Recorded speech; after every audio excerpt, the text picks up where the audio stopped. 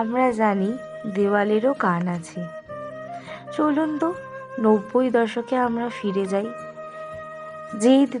যেই দিনগুলোতে আমাদের দেশপ্রেমিকরা আমাদের দেশের জন্য লড়াই করেছেন এবং লড়াই করে নিজেদের জীবন ত্যাগ করেছেন। আর শুধু ত্যাগ বলেই না, তারা জীবনের সমস্ত কিছু ত্যাগ করে দেশকে স্বাধীন করেছেন। আজ আমরা নিজেদেরকে বলি স্বাধীন, অথচ আপনারাই বলুন আমরা আজকালকার দিনে কিভাবে অশান্তি, নিজেদের কথাটাই না ভাবি, কিন্তু তারা কোনো দিন নিজেদের কথা না ভেবেই দেশের কথা ভেবেছেন। আর সেই সব নানা তথ্য নিয়েই আজকের এই ব্লগ। তো চলুন, আমরা আজকে চলে গেলাম দক্ষিণ কলকাতার আলিপুর মিউজিয়াম, একটা সময় যেটা ছিল আলিপুর জেল। তো চলুন আজকে ব্লগটা এখান থেকেই শুরু করা যাক। তো পার্ট 2 ব্লগে আমাদের প্রথমেই হচ্ছে কোথায় আজকে এসেছি বলো তো। আজকে এসেছি আমরা আলিপুর জেল মিউজিয়ামে। তো এখন আমরা এখানে পৌঁছে গেছি জেল মিউজিয়ামের কাছে, এন্ট্রির সামনেটাই রয়েছে। এই যে পুরো জেল মিউজিয়ামটা দেখো, ভেতরে দেখাবো তোমাদেরকে যে কি কি রয়েছে, ঐতিহাসিক সমস্ত কিছু তোমাদের সাথে শেয়ার করব। তো অনেকেই তোমরা গেছো আই হোপ। তো চলো আমার সাথে থাকো, ভিডিওটা দেখতে থাকো। এখানে এক্সপ্লোর করব যে এখানে কি কি আছে না আছে। তো চলো সঙ্গে থাকো। এখন আমরা যাবো এখানে টিকিট কাটতে। তো এখানকার এন্ট্রি টিকিট কত, প্রাইস সব কিছু তোমরা শেয়ার করব। আর তুলি তো খুব এখানে এসে খুশি হয়ে গেছে, ওর খুব ভালো লেগে গেছে এখানে এসে। তো চলো সঙ্গে যাচ্ছি আমরা এন্ট্রি টিকিটটা কাটতে। তো এখানে দেখো প্রাইস এখানে লেখা রয়েছে। লাইট অ্যান্ড সাউন্ড শো হচ্ছে 100 টাকা, আর মিউজিয়াম এন্ট্রি ফিজ হচ্ছে 30 টাকা। তো এখন আমরা এখান থেকে টিকিটটা কাটতে যাবো।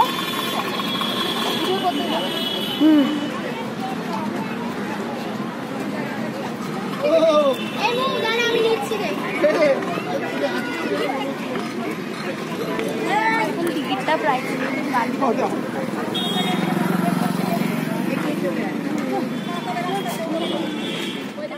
এখানে লাইট অ্যান্ড সাউন্ডের যে শোটা হয়, সেই শো তালিকা আমরা দিয়ে দিলাম। তো তোমরা চাইলে এটার ফটো ও স্ক্রিনশট নিয়ে রাখতে পারো। আমরা এখান থেকে এখন টিকিটটা কেটে নিয়েছি, কালেক্ট করে নিয়েছি। তো এখন আমরা ভেতরে এন্ট্রি করব। তো টিকিটটা দে ঘুরি। এই যে আমরা টিকিট কেটে নিয়েছি। তো চলো আমরা ভেতরে এন্ট্রি করব। আমি তো খুব এক্সাইটেড, কারণ আমি খুব হিস্ট্রি লাভার, আর আমার হিস্টোরিক্যাল ব্যাপারটা খুবই ভালো লাগে, বেশ খুব সুন্দর লাগে। এই দেখো খুব ভালো লাগছে। হ্যাঁ, আমি ওখানে একজনের আমি ভিডিও করছি। তো এখানে একজন বলছে আমাদের ভিডিও করো না, আমরা আসামি। তো যাই হোক, আমরা ভেতরে এখন যাবো, চলো দেখতে।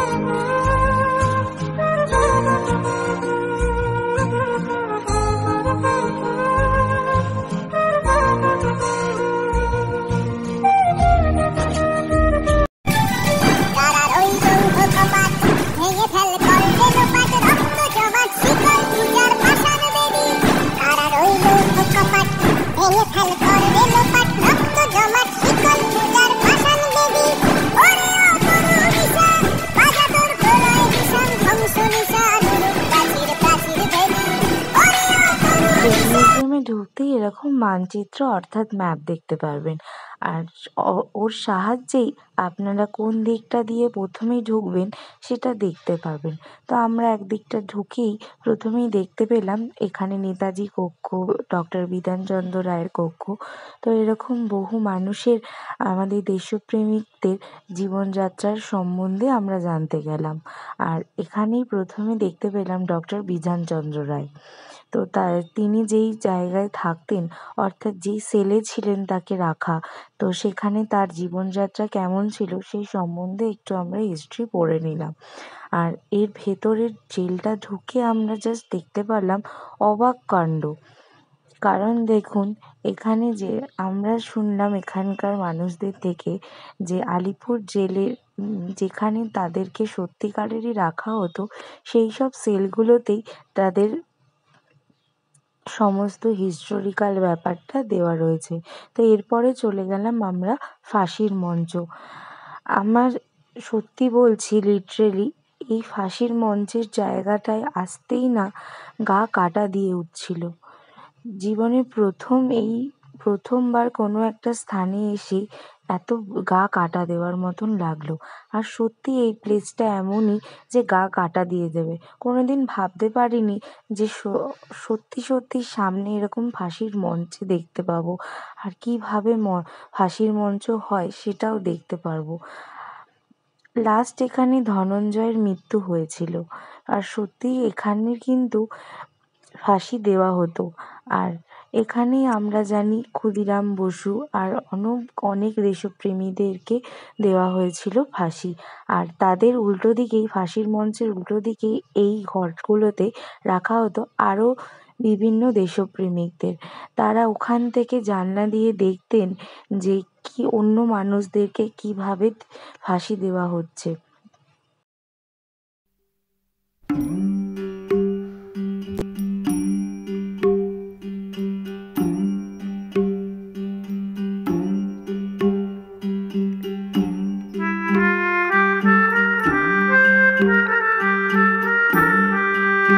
এরপর চলে গেলাম অটোস্কোপি রুম। এই রুমটা হচ্ছে, অর্থাৎ এই ঘরটা হচ্ছে যখন ফাঁসি দেওয়ার পরে তাদেরকে পোস্টমর্টম করা হয়। আর এই যে এইখান দিয়ে হাত ধোয়া হতো, আর এই জায়গাটা যে দেখতে পাচ্ছেন এখানে হচ্ছে তাদের রক্তগুলো এখান দিয়েই যেত। তো এরপরে চলে গেলাম আমরা নেতাজি সেল, আরও বিভিন্ন দেশপ্রেমিকদের সেল। আর এখানে তাদের জীবন কাহিনী সম্বন্ধে ছোট্ট করে লেখা রয়েছে। তো চলুন আমরা এই জায়গাগুলো, এই সেলগুলোতে যাই।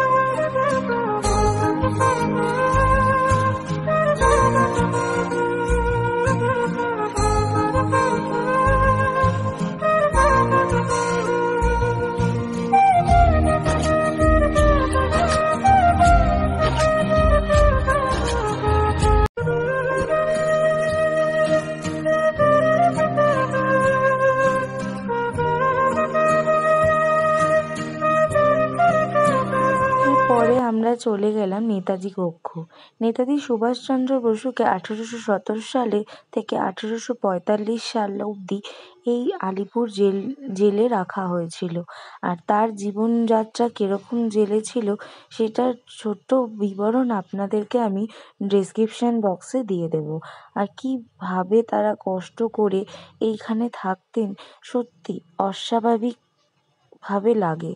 তারপর ছিলেন দেশবন্ধু চিত্তরঞ্জন দাস। আর এখানকার সেলগুলো দেখছেন, সেলগুলোর যেভাবে তালা চাবি দিয়ে আটকানো হতো, মানে তাদের সেই সব মানুষদের সেই সময় তাদের হাতের নাগাল থেকে অনেকটা দূর করে করা হতো। এই সেলগুলো এইভাবে বানিয়েছিল। আর এই হচ্ছে বাইরের ব্যাকগ্রাউন্ডটা।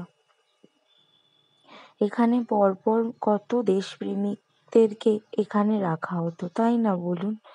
কিভাবে তাদের জীবনযাত্রা ছিল বলুন তো? এরপর আমরা চলে গেলাম নেহেরু সেল, অর্থাৎ নেহেরু কক্ষ। এই জায়গাতে রাখা হয়েছিল নেহেরু অর্থাৎ জওহরলাল নেহেরুকে। আর তাকে দেখতে আসতেন তার মেয়ে। জওহরলাল নেহেরু এখানে প্রায় অনেক বছরই ছিলেন। আর বাবার সাথে দেখা করতে আসতেন তার মেয়ে। বেশিক্ষণের জন্য না, তার বাবার সাথে দেখা করতে দিতেন না।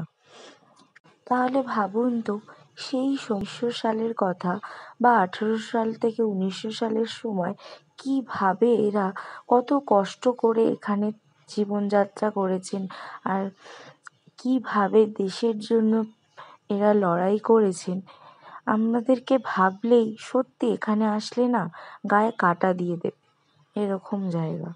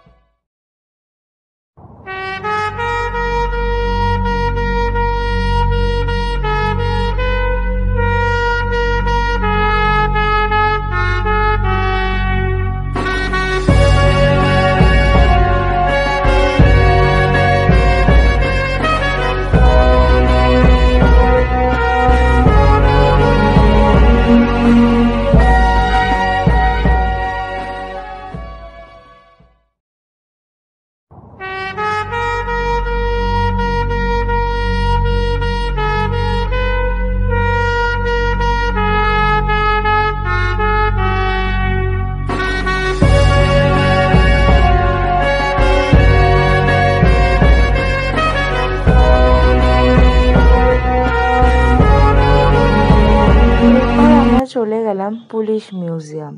এই পুলিশ মিউজিয়ামের ভেতরে প্রবেশ করতেই আপনারা দেখতে পাবেন যে আমাদের বিভিন্ন ধরনের বোমা, অস্ত্র আর বিভিন্ন ধরনের বন্দুক, রিভলভার সমস্ত। দেশপ্রেমিক পরেশ মল্লিক, রমেশচন্দ্র মজুমদার, বহু দেশপ্রেমিকরা যেভাবে ইংরেজদের সাথে লড়াই করেছেন এবং তাদের হাতে যেসব অস্ত্র পেয়েছেন, সেগুলো আমরা ইতিহাসের পাতায় পড়েছি। আর সেই সব জিনিসগুলোই এখানে তারা তুলে ধরেছেন। এখানে বিভিন্ন ধরনের বোমা ও বিভিন্ন ধরনের রিভলভার অর্থাৎ বন্দুক দিয়ে কিভাবে তারা দেশের জন্য লড়াই করতেন, তাদের নিজেদেরকে বাঁচানোর জন্য বিভিন্ন অস্ত্র তাদের সাহায্যে রাখতেন, তাদের কাছে রাখতেন। আর ইংরেজদের থেকে তারা বাঁচতে ও পুলিশদের থেকে বাঁচতে আমাদের কিন্তু নেতাজিও কম আমাদের দেশের জন্য লড়াই করেনি। কারণ নেতাজি আমাদের জীবনে এক বড় অবদান। সেরকম নেতাজির মতন বহু দেশপ্রেমিকরাও আমাদের জীবনে আজ অনেক বড় অবদান রয়েছে। সেসব সম্বন্ধে আমরা ইতিহাসের পাতায় পড়েছি, আর আমরা চোখের সামনে আজ দেখতে গেলাম। এরপর আমরা চলে গেলাম নজরুল কক্ষ অর্থাৎ নজরুল সেল, যেখানে কাজী নজরুল ইসলামকে রাখা হয়েছিল। আর কাজী নজরুল ইসলাম ও আমাদের দেশের একটা অবদান। আর দেশের জন্য তিনিও বহু কাজ করেছেন, আর দেশের জন্য লড়াইও করেছেন। তিনি আমাদের জন্য প্রচুর বইও লিখেছেন, আমরা জানি, সেটা কিন্তু সেলে বসেই। এরপর আমরা চলে গেলাম আমাদের জেলের ভেতরে যেসব আসামিদেরকে রাখা হতো, সেই সব মানুষদের জীবনযাত্রা কেমন ছিল। ঢুকতেই তো দেখতেই পারলেন যে ইংরেজরা কিভাবে তাদের অত্যাচার করত। আর সেলের ভেতরে কিন্তু আসামিরা অর্থাৎ মানুষগুলো কিন্তু যে যার নিজেদের মতন এক একটা কাজ ভাগ করে এদেরকে দিত পুলিশেরা। কেউ বাসন মাজছে, কেউ ঝাড় দিচ্ছে, কেউ কাপড় কাচছে, কেউ ঘর পরিষ্কার করছে, এরকম বিভিন্ন ধরনের। আর তারা জেলের ভেতর কিভাবে থাকতেন, কিভাবে তারা একসাথে গল্প করতেন, সেইগুলো সমস্ত কিছু এরা তুলে ধরেছে। দেখলেই অবাক লাগে আর দেখলেই সত্যিই কাঁটা দিয়ে দেয় যে জেলের ভেতরে আমরা চোখের সামনে দেখতে পাচ্ছি যে কিভাবে জেলের ভেতরে এরা ছিল। আর এখনো অনেক জেলে সত্যিকারের এরকম মানুষ থাকে। সত্যি দেখতেও না অবাক লাগছে।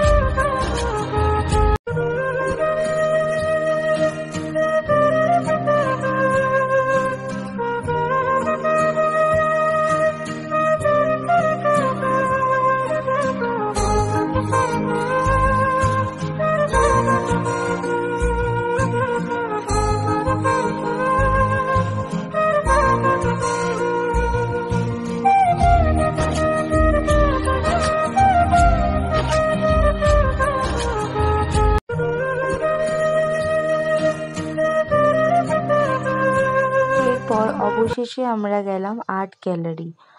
অর্থাৎ সেই সময়কার থেকে এই সময়কার বিভিন্ন ধরনের মুদ্রা, বিভিন্ন ধরনের পয়সার কথা আমরা জানি ও দেখেওছি কিছু কিছু মানুষ। আর সেই সব পয়সা 25 পয়সা থেকে 1 টাকা, 2 টাকা, 20 পয়সার কথা কিন্তু আমরা অনেকেই শুনেছি। আর আমি লাস্ট 25 পয়সা অবধি দেখেছি। 25 পয়সার আগে কোনো পয়সা দেখিনি। আর সেই পুরনো জিনিসগুলো দেখতেই আমরা চলে গেলাম এখানের আর্ট মিউজিয়াম। আর প্রায় সন্ধে হয়েই এসেছে, এবার হচ্ছে বাড়ি তো যাওয়া। আমাদের এখন আলিপুর জেল মিউজিয়াম ঘোরা কমপ্লিট হয়ে গেছে। খুব ভালো ঘুরেছি, বাট পুরোটা কভার করতে পারিনি, একদিনে হয়ে ওঠেনি সময়ের জন্য। তো আমরা এখান থেকে এখন বাস ধরে হাওড়া যাব। তো চলো আজকে ভিডিওটা এখানেই শেষ করছি। ভালো লাগলে লাইক, কমেন্ট, শেয়ার করে দিও আর সাবস্ক্রাইব করে দিও নতুন বন্ধুরা। নতুন ব্লগে দেখো। টাটা।